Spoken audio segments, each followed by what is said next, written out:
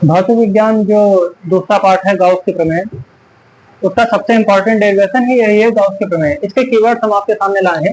क्या कहती है गाउस के प्रमेय? गाउस के प्रमेय कहती है कि जो वैद्युत फ्लक्स होता है वो आवेश का 1/ε0 गुना होता है। ये हम लोगों को सिद्ध करना है कि वैद्युत फ्लक्स जो है आवेश का 1/ε0 गुना होता है।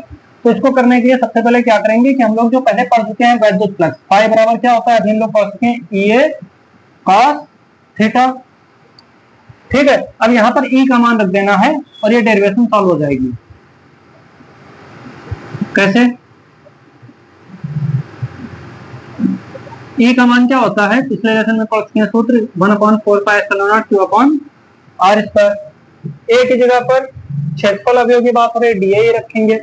cos थीटा क्या हो जाएगा, cos 0 हो जाएगा। cos 0 हो जाएगा, cos 0 की वैल्यू 1 होती है। अब 1 को गुणे में लिखते नहीं है, ठीक है। तो अब करना क्या है, ये cos 0 हुआ कैसे, क्योंकि जो वैद्युत क्षेत्र है और क्षेत्रफल सदिश है वो एक ही दिशा में है, तो कोई कोण नहीं बनना, थीटा बराबर 0 डिग्री होगा इस वजह से। और cos 0 की वैल्यू 1 को लिखा नहीं गया। अब ध्यान दीजिए dA/r², ये क्या होता है, ये भी सूत्र पहले पढ़ चुके हैं इसी लेसन में। d ओमेगा बराबर कितना होता है, dA/r²।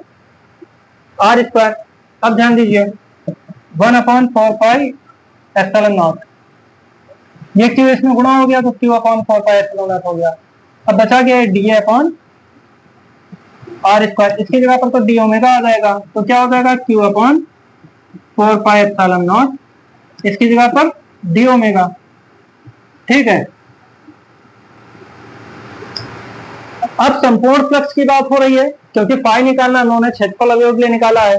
ठीक है, संपूर्ण फ्लक्स के लिए लिख देंगे, संपूर्ण फ्लक्स के लिए समाकलन कर देंगे। क्या हो जाएगा, समाकलन कर दीजिए Q/4πε0 d ओमेगा।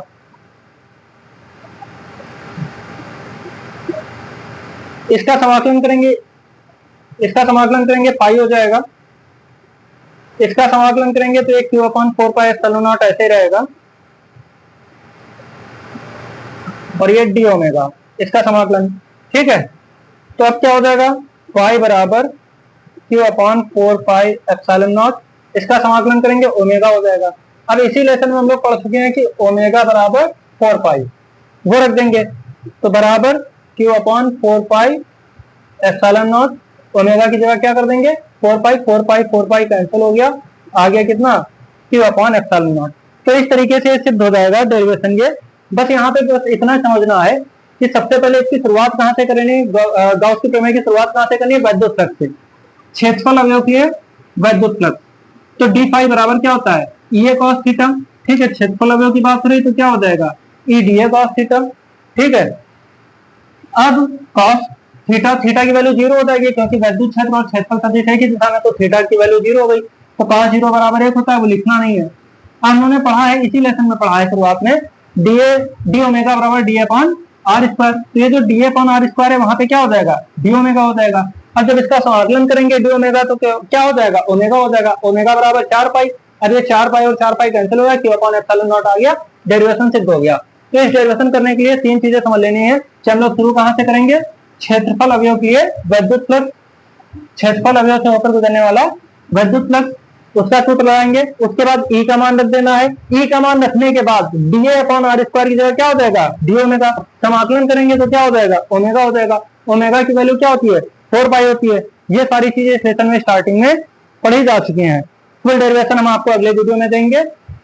फिलहाल ये कीवर्ड्स हैं जिनको आप देख सकते हैं, समझ सकते हैं, समझने के बहुत जरूरी है। धन्यवाद।